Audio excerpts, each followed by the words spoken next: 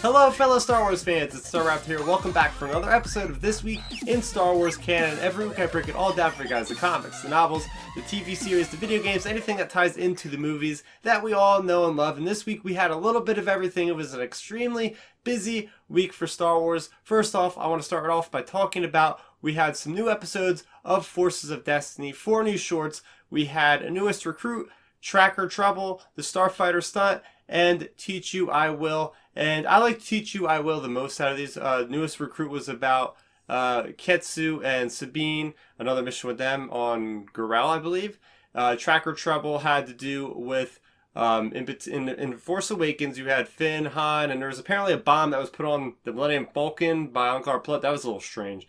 That was about that. Starfighter Stunt was pretty cool because it was about Ahsoka and about Padme flying these Naboo starfighters, and I love Naboo starfighters, so I was really pumped to see more of those ships. And Teach You I Will was about Ahsoka learning how to use her dual-wielding lightsaber stance. And I just like Teach You I Will the best because it was about Yoda, and I did love to see how she actually switches her stance. Ahsoka starts with a different kind of form, and Yoda says, you know, do what's natural for you. Do what's makes you you, and she uses like the backhand grip for the lightsaber. So I really dug them. We're gonna get another 4 new episodes. I believe it's October 9th. It's at the end of October. We're gonna have 4 new episodes, and then I guess it's gonna come back next year. Another thing we had this week, which I actually don't have yet, is a new novel. This is Star Wars, the 40th anniversary celebration. This is from A Certain Point of View, and it's a collection of 40 short stories written by various Star Wars authors and some authors that haven't even delved into Star Wars about the background characters and kind of doing a perspective of the events of A New Hope through them. And the reason why I didn't buy it yet is because I'm going to New York Comic Con, which I'll talk about at the end of this video, where they're going to have a separate panel where they're going to give away like a special edition cover of this novel. So I'm just holding off another couple days, and I hear everybody talking about it, and I just can't wait to pour into this book come next week, and I'll have my review for that hopefully within the next week. Now we have all the comics to talk about. We had 3 new comics. The first one I want to talk about is Captain Phasma. This is issue number 3. So this arc is all about Captain Phasma trying to hunt down this lieutenant that apparently knows that she shut down the shields. She's the only person that knows. He has access those files before she was able to terminate the data or whatever. So she goes to this backwater planet, and now it's her and her little TIE fighter pilot, and her name is literally, she just calls her Pilot. And they're kind of going on this very treacherous kind of world, and they find out that their TIE fighter that the guy was in is like in the middle of this freaking den of monsters. So with the help of these inhabitants of the planet, Phasma kind of rises up with these people to help her try to get to this island to make sure that this guy is dead. So positives on this issue is, first off, I like seeing more personification of these members of the First Order, namely in this character of Pilot. We definitely get a lot of I wouldn't say a lot of character development, but we do see that she has a bit of a personality. Up until now, a lot of these First Order troopers, minus Finn, have really been just yes, no, kind of just like the original Imperial Stormtroopers, not having much of a personality, but she's got a little fire to her, which I definitely like a lot. Another thing I found extremely interesting about this issue is there is an inhabitant, a local on this planet, that looks to have a kyber crystal, and when Phasma finds this out, she's immediately getting inquisitive with this person, saying, where'd you get this? And they take her to the grandmother, or the great-grandmother, and she's basically trying to find out where these kyber crystals are. So apparently the First Order is very much looking for these kyber crystals. Now that Starkiller base is destroyed, it's like, what is their fascination with these crystals? Should be pretty interesting. I did like seeing that for sure. It reminded me of Jyn Erso, because this girl had like the little crystal necklace. So that was kind of cool. Another thing I found cool, which also ties into the novel a little bit of Phasma, which is there's this one part where Phasma ditches her mercenary gear to put on her gear to inspire these locals to help her out. And she later admits to Pilot that she's only done that just so they can be cannon fodder for these monsters so they can get to the island. And that just rings so true to the character if you read the novel of Phasma, where it might look from the outside that Phasma is like really for the First Order, but she's just there to survive. She's just using them as a way to survive. And finally, I did like more connectivity with the Phasma novel, with that being the flashback of her friend Civ, and she has this flashback that's triggered when she's climbing up this mountain. And I've been saying that all along. I was like, we should have some kind of flashbacks, and they actually pulled through and they did it. So I enjoyed this issue of Phasma, but we only have one more issue number 4, coming out in 2 weeks from today. So I liked how they release this very rapidly. It's like every 2 weeks we get an issue, so it's always something to look forward to. Next up, my favorite comic of every month, we have issue number 6 of Darth Vader. And this is actually part 6 of the Chosen One arc, so this is still continuing.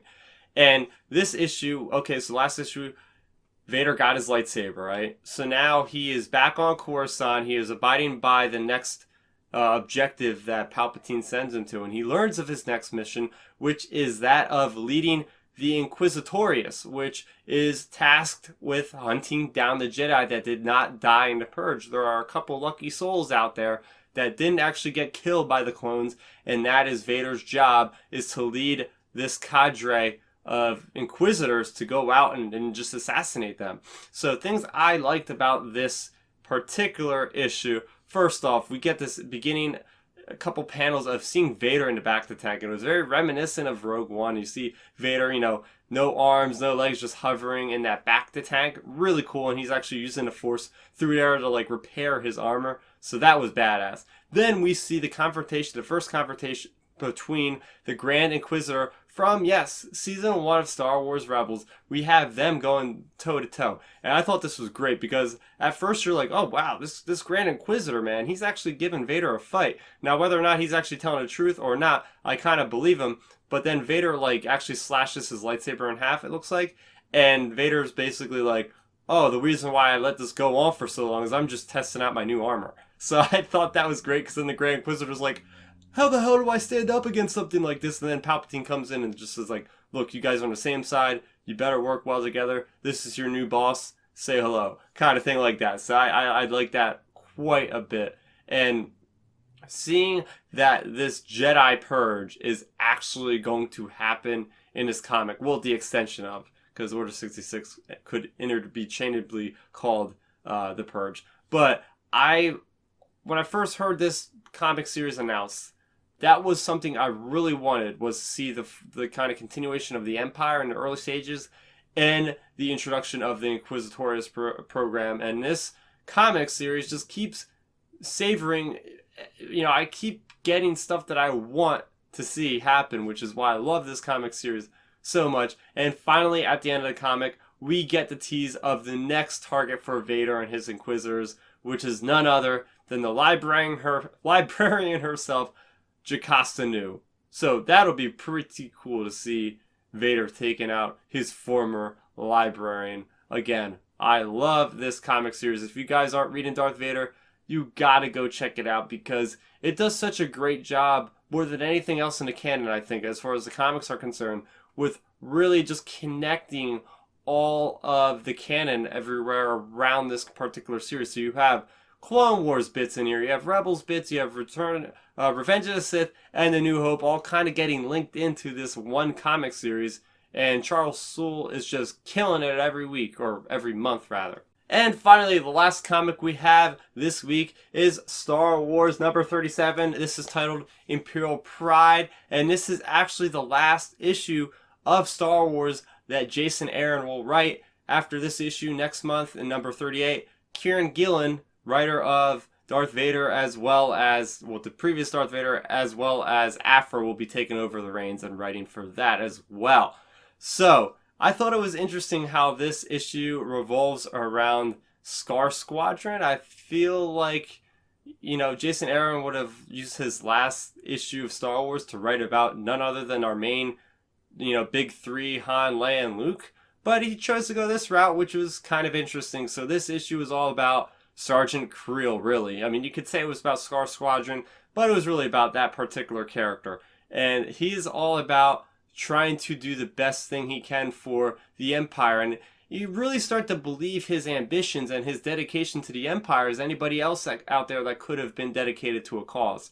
He has not seen the absolute evil side. He believes that he was born into this empire and he doesn't know any better. He thinks the rebels are terrorists. And I do love that perspective. And in the first couple panels, we actually see him, practicing with his lightsaber, which looks awesome, by the way. I love the image of a stormtrooper with a lightsaber. It calls back to me that famous Ralph McQuarrie painting of him, Starkiller versus Vader. But anyways, speaking of Vader, you do have Vader that walks in on him training, and Vader just gives him a stern talking to, and it's great reading this after reading Vader, because you see how much Vader had to go through to get his lightsaber from that Jedi, and he sees this pretender over here using a lightsaber, and he calls him out on it, and he's like, look, like, there's no way you're gonna ever be a Sith. And the guy actually says, Sergeant Kreel is like, yeah, I'm aware of that. I'm trying to do best for the 5-0 first, and if that's anything I can do, I will use this lightsaber kind of thing. So I gotta give it to that. The guy actually stands up against Vader without flinching. And then not only that, you have the Emperor that walks in and says, Vader, I need you over here. And then Sergeant Kreel is just kind of dumbstruck. It's like him seeing, one of your favorite rock stars right next to you. That's kind of what he was going through, just like fanboying out for a minute there, and also scared out of his mind, it looks like.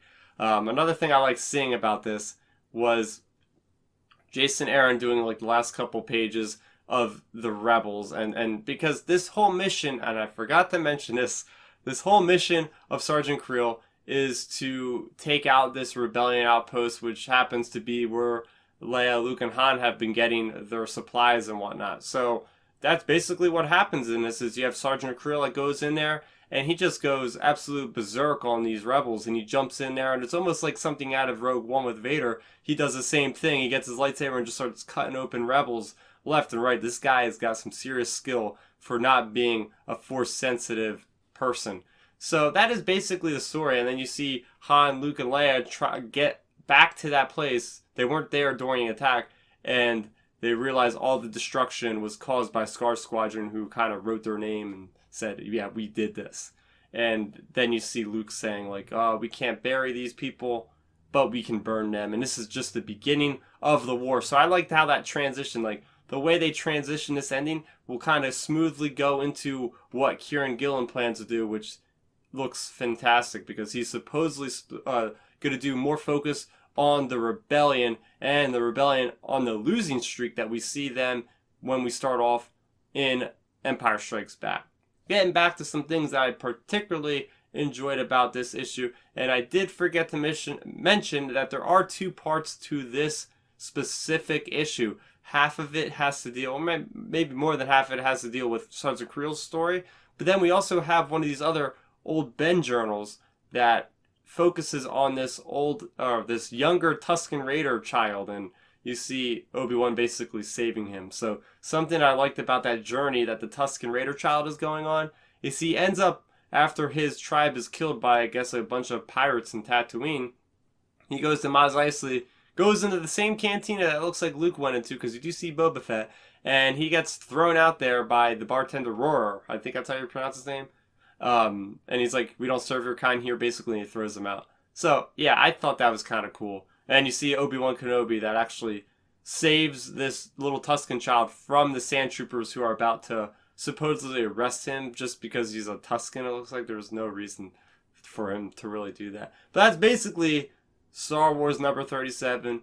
Jason Aaron did a great job on this so far, this series. What he did was he kind of did more with Luke, trying to learn his way of a Jedi. And it looks like Kieran Gillen's going to be more focusing on Luke's role in the overall rebellion. So I'm very much looking forward to that. And another thing we had this week is Star Wars Battlefront 2's beta. And it took me a lot just to pry myself off of that beta to record this, because holy crap, is there a lot of content just in this beta. And I will say, and I will preface this, the open beta doesn't actually start until Friday, but if you pre-ordered the game before like September 30th, they have supposedly given you a code that you could put in right now, and you can start playing the beta today, Wednesday. So you get a 2-day head start before everybody else. What's included in this beta, like I said, is a lot. So we got Galactic Assault, which is what you've seen if you watch the live stream on Naboo, clones versus separatists, vehicles, multi-tier objectives, just a lot of fun. We also get the new revamped version, Starfighter Assault. So you have brand new controls. They just feel so much better than the original Battlefront. I only have played like 1 or 2 rounds, but I can say it is really, really great because then there's multiple objectives. There's multiple classes for both Starfighter Assault and Galactic Assault. Another thing there is something called Strike, which, cuts out the heroes and it's less players. And this one is on Takodana, Resistance versus First Order. So you got that era covered. And then you could also play 2 solo missions in this. And you can actually play them co-op, couch co-op, solo. And if you're new to shooters and you're trying out the beta, I'd recommend you going into these solo content because you can just practice by yourself. There's one where it's basically like kill 40 troopers as Darth Maul, so it teaches you how to play Darth Maul pretty well if you keep doing that. There's another one where it's basically like you and an AI team are trying to kill the troopers. So another good way, and you can pick different classes. So it's another great way to learn if you are getting your butt spanked in multiplayer. You can go and check out the classes and not get killed so easily, put it that way. But yeah, I'm so excited. I just love playing this game. The controls are just so damn tight. Like, it's just so good. And just the amount of customization, the amount of tactics involved. You can actually do loot crates in this now and get different star cards to plug into your specific class, which will enhance it the way that you play for your playstyle. So you can do stuff to enhance your health, firepower, stuff like that. But it is just so much fun. I'm definitely going to try to upload as many gameplay videos to this channel as I can. Hopefully tonight, if you're watching this on Wednesday, I'll have at least one of them up for you because I'm going to be busy, and that transitions me into my final topic of this episode, and that is New York Comic Con 2017 is this weekend, and I look forward to this event every year. I've been going, this is my 3rd year now.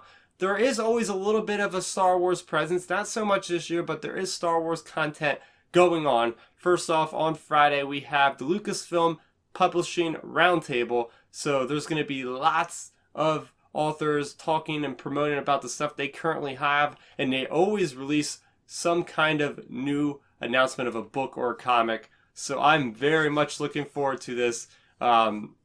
Not to start any rumors or anything, but I did notice something that was kind of conspicuous. So apparently Tim Zahn is going to be there, and well, the last thing he wrote was Thrawn, which was a long, long time ago. So I'm just speculating here, guys, that I think he might come out to this panel and announce a new novel. I really, really hope so. I mean, that'd be amazing. So I'm very much looking forward to that panel. Then on Saturday, like I mentioned in the beginning of this episode, there's going to be, from a certain point of view, celebration. They're going to give everybody in the audience a free book with that special cover. And it's going to be just an hour and a half of a lot of the authors that wrote that book, I guess, just chatting about their experiences with Star Wars and with writing a book. So I'm super happy. And I'm going to a lot of other panels in general, like the Punisher panel, Agents of S.H.I.E.L.D., Marvel's new show, The Gifted, that's on Fox. I'll be going to a lot of these panels, and I'm going to do my very best for you guys to try to get short videos up every day. When I come home, I can try to upload these things. It's going to be pretty tight with the schedule, but again, I'm going to try hard for you guys because I want you guys to live vicariously through me. If you can't make it, it's a really fun event. Definitely try to go next year. But that is going to do it for me, Starrapter, for this week.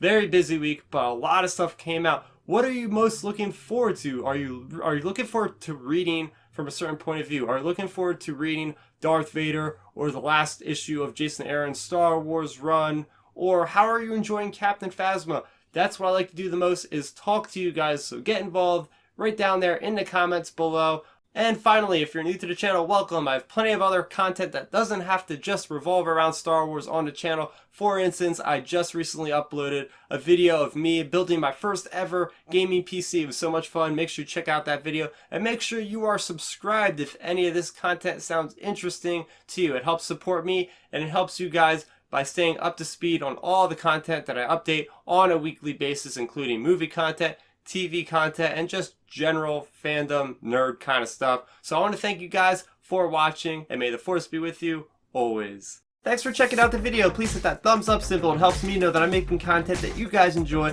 And if you enjoyed this video, I also include 2 videos down below you guys should check out. And please consider subscribing to this channel. It helps support me and it notifies you guys of when I get new videos up on the channel. You can also contact me on Twitter, Facebook, and Instagram at Starrapter.